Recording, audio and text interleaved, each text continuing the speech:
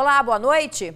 Policiamento reforçado em Planalto Serrano, na Serra. O clima de medo tomou conta do bairro após um intenso tiroteio durante a madrugada. Os disparos atingiram casas e teve morador que se escondeu embaixo da cama. Os coletivos tiveram que ser escoltados pela polícia.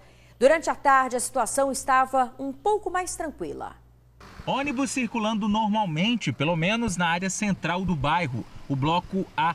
Movimentação normal de pessoas e comércio aberto em Planalto Serrano. O policiamento também foi reforçado e mantido. Essas foram as cenas registradas durante essa tarde na região. Porque mais cedo, por volta das 7 horas da manhã, os coletivos nem subiram nos blocos B e C. Uma precaução diante da manhã de tiroteio e violência no bairro.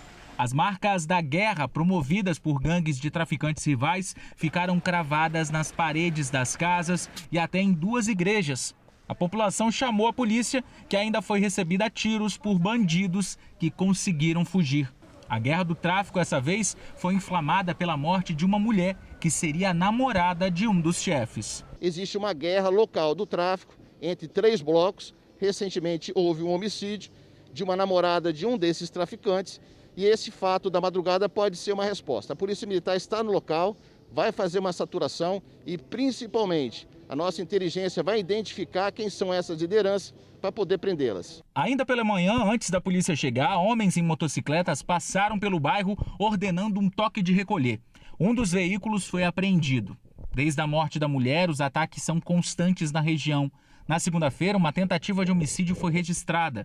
Na terça, um homem foi retirado de casa e morto a tiros no meio da rua. Não é de hoje que Planalto aparece por aqui devido à violência. Em março, após um tiroteio, os ônibus mais uma vez não subiram os blocos por segurança.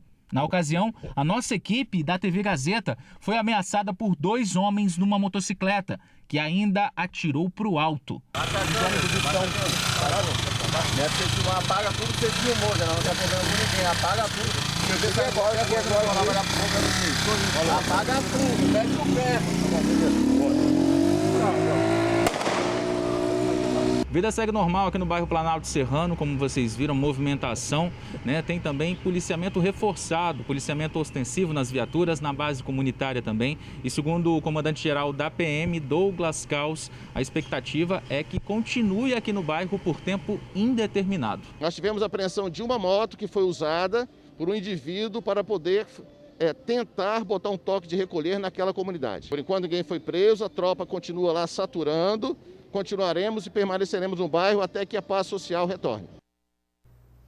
Olha, sobre a circulação dos coletivos, a Ceturb afirmou que as linhas que atendem a região estão indo no bairro, porém não param no ponto final.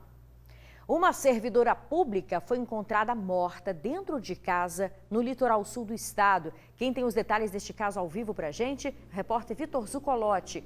Boa noite, Vitor. Já se tem alguma suspeita, de quem teria cometido esse crime? Isabela, boa noite para você, boa noite a todos que nos acompanham. Respondendo a sua pergunta, a polícia continua as investigações, mas até agora não existe nenhum suspeito, nem a motivação para esse crime. A vítima é a Maria da Conceição Teixeira Cardoso, ela tinha 53 anos, era servidora lá em Anchieta, servidora pública, trabalhava na Casa do Cidadão. E o que chamou a atenção nessa história foi como o homicídio foi avisado. Uma vizinha recebeu uma ligação anônima, sem falar nome nenhum, sem se identificar, afirmando que a Maria, ela tinha sido esfaqueada. A vizinha então entrou em contato com a polícia militar, os policiais foram até a casa da vítima, chamaram, mas como não conseguiram entrar, eles acabaram pulando o muro, viram que os vidros da janela da vítima estavam quebrados e aí viram o corpo da Maria da Conceição Teixeira Cardoso, de 53 anos, já caída, infelizmente, sem vida. A Prefeitura de Anchieta, é claro, se solidarizou com a situação, emitiu nota de pesar, só que infelizmente até agora a polícia não tem nenhum motivo, o que causou isso. Quem tiver alguma informação pode sim ajudar através do 181, diz que denúncia, a ligação é anônima. A gente fica na guarda, Isabela, saber o que aconteceu. Eu volto com você no estúdio. Vitor, estranha essa história, Obrigada pelas suas informações. Olha, gente, você vai ver agora o flagrante de um acidente no sul do estado. Um carro passa na avenida, por pouco não é atingido pelo veículo desgovernado. O motorista descia uma ladeira e acabou perdendo o controle da direção. Em seguida, o carro capotou. O acidente aconteceu em Cachoeiro de Itapemirim, no bairro Jardim América. O motorista foi resgatado pelos bombeiros, sentia dores no braço e foi levado para a Santa Casa do município. A polícia está investigando a morte deste homem que vai aparecer para você aqui no LED. Ele é um motorista de aplicativo e foi assassinado hoje em Cariacica. O crime aconteceu cedo. Moradores ouviram de 3 a 4 tiros. Era por volta de 7h40 da manhã. Quando saíram de casa, encontraram essa cena. Dentro do carro, o motorista assassinado. No vidro do carro, a indicação de ser um motorista de aplicativo. A placa do veículo seria do Rio de Janeiro. Assim que souberam do que aconteceu, muitos motoristas de aplicativo vieram aqui ao local. Tentaram reconhecer o colega, mas nenhum deles teve sucesso. Alguns até acham que conhecem, mas não há certeza alguma. Os moradores também disseram que, apesar do bairro ser bem servido por motoristas de aplicativo, esse nunca foi visto aqui. A suspeita é que a vítima foi morta por uma pessoa que ainda estava dentro do veículo e não do lado de fora. É que os tiros foram vistos nas costas e principalmente na cabeça. O SAMU chegou a ser chamado, mas não teve o que fazer. Os motoristas que vieram ao local acreditam que a vítima poderia estar fazendo uma corrida particular. Quando a perícia chegou, foi possível identificar o motorista. A carteira dele está em nome de Elvio da Conceição Viana, 31 anos. Olha, até o momento nenhum suspeito foi preso. As denúncias devem ser repassadas ao 181. Uma explosão após um vazamento de gás deixou 3 pessoas feridas. Foi em uma casa em Cariacica. O fogo destruiu a cama e a cozinha da residência. A casa fica no bairro Castelo Branco. Os bombeiros foram acionados e o fogo foi rapidamente controlado. As vítimas foram socorridas e levadas para o pronto atendimento do bairro vizinho, ali em Bela Vista. Elas estão bem. Segundo a Defesa Civil, eles precisaram interditar apenas o local atingido pela explosão. Os bombeiros vão investigar o caso para confirmar se de fato o vazamento de gás foi o que provocou o incêndio. O homem acusado de mandar sequestrar um gerente bancário no norte do estado era procurado por tráfico internacional de drogas. Ele também teria executado um casal na Serra no ano passado. As imagens gravadas pelos policiais mostram o momento exato da prisão do criminoso. Wallace Vinícius de Oliveira Santos, de 33 anos, conhecido como Costela, foi preso em uma casa onde se escondia no Morro do Cabral, em Vitória. Costela estava na lista dos bandidos mais procurados do estado. Já teve várias vezes que nós tentamos prendê-lo sem sucesso e dessa vez pegamos teoricamente no local mais difícil de fazer a captura, que é no morro. A operação contou com o apoio do Árpia para evitar a fuga do criminoso. Wallace era o alvo da operação deflagrada pela Delegacia de Homicídios e Proteção à Mulher.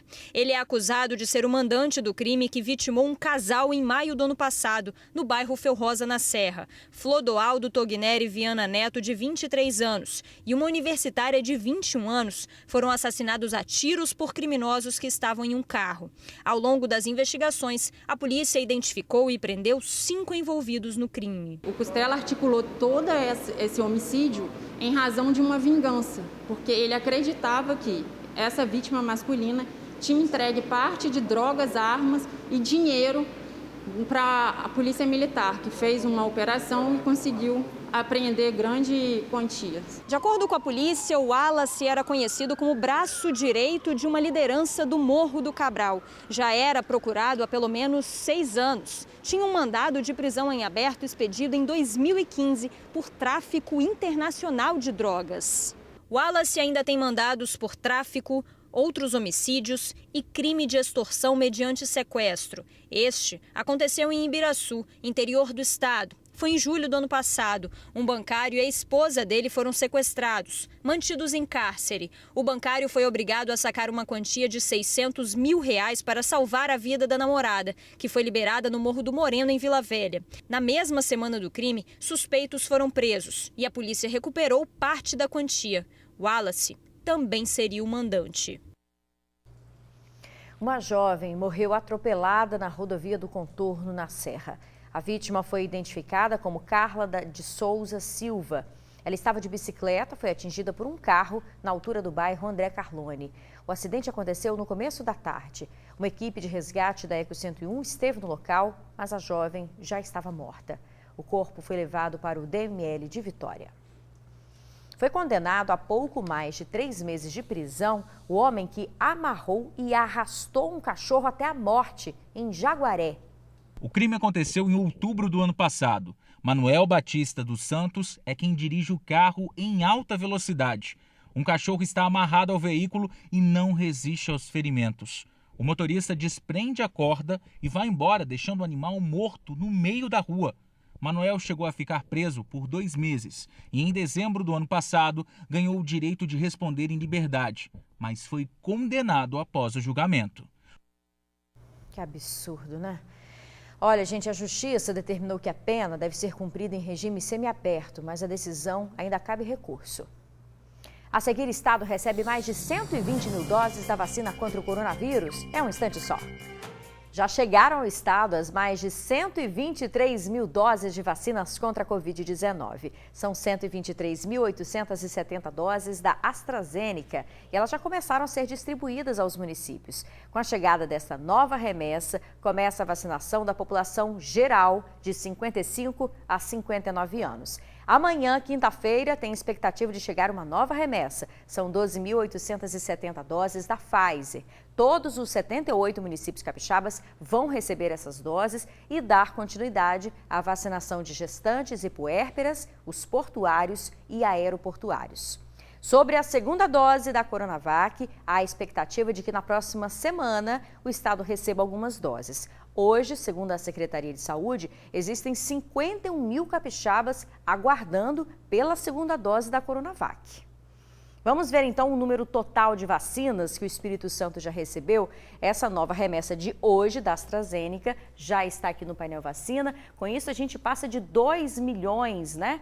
2 milhões de doses que já foram recebidas no Espírito Santo. Nós já distribuímos mais de 1.981.000 doses. E agora sim, o painel super atualizado, mais de 1 milhão de doses aplicadas como primeira dose, né? E segunda dose, 427.603. Vitória, a gente já começou a vacinação para o público de 55 a 59 anos de idade que não tem doenças pré-existentes. José Roberto tem 55 anos e foi vacinado contra a Covid-19 nesta quarta-feira em Vitória. É uma alegria completa, porque é mais uma etapa que a gente está passando nessa vida. A gente não sabe o dia de amanhã, né? Mas pelo menos a primeira dose está garantida. Uma vez no dia 25 se sai a segunda. Mesmo sentimento da Erci e da Valéria. Mais aliviado, um pouquinho, né? Um pouquinho só. É, só um pouquinho. De alívio, né? Esperando que todos os brasileiros sejam vacinados, se Deus quiser. A capital já imunizou mais de 200 mil pessoas, o que representa 37% da população vacinada. O Ministério da Saúde anunciou na semana passada que vai abrir a vacina para jovens a partir dos 18 anos de idade. Mas o governador Renato Casagrande esclareceu que aqui no Espírito Santo, pela escassez de doses, a vacinação vai ocorrer pela faixa etária. Hoje, dos 50 aos 59, depois dos 50 aos 54 anos e assim sucessivamente. Ainda de acordo com o governo do estado, 80% das doses são destinadas por idade e o restante para os grupos prioritários. Já a Coronavac é reservada apenas para quem precisa da segunda dose. A secretária de Saúde de Vitória explicou que o comprovante de residência só é solicitado para quem precisa tomar essa segunda dose. Olha, gente, de ontem para hoje houve o registro de 37 mortes e 1.879 novos casos da doença. Vamos ver aqui no painel Covid a quantidade de casos. Nós estamos quase com 486 mil casos confirmados da doença e 10.875 pessoas não resistiram às complicações do Covid. Para evitar o aumento nos casos de coronavírus, a Polícia Militar e as guardas vão intensificar as fiscalizações durante esse feriado, viu? Este ano já foram mais de 1.800 fiscalizações sobre o descumprimento das restrições durante a pandemia. A polícia e as prefeituras têm recebido denúncias de festas clandestinas.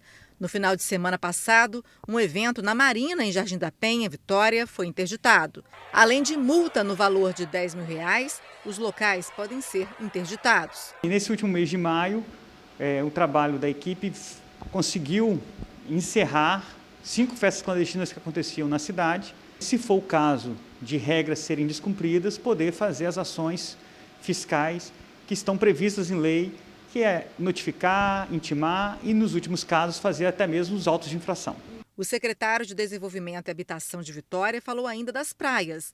Frequentar não está proibido, mas não será permitido o uso de caixa de som e também aglomerações. Se for flagrado qualquer tipo de aglomeração organizada, com sonorização, com festas nesse local, aí, nesse caso, sim, poderemos agir pedindo para que aquela atividade seja paralisada para evitar a contaminação. O município de Vitória antecipou o feriado de Corpus Christi e, nesta quinta-feira, o comércio funciona normalmente.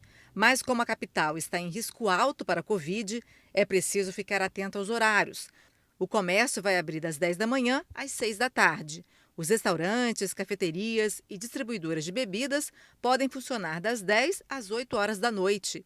Bares devem ficar fechados. Shoppings ficam abertos de meio-dia até as 8 da noite. Mesmo não sendo feriado aqui em Vitória, as agências bancárias permanecerão fechadas, seguindo a orientação da Federação Brasileira de Bancos. A orientação é os clientes realizarem alguns serviços de forma online. Já o governo do estado decretou ponto facultativo nos dias 3 e 4 de junho. A Polícia Militar vai intensificar a fiscalização. Nesse período de feriado, a dinâmica social ela muda. As pessoas saem mais de casa, as pessoas têm uma dinâmica diferente.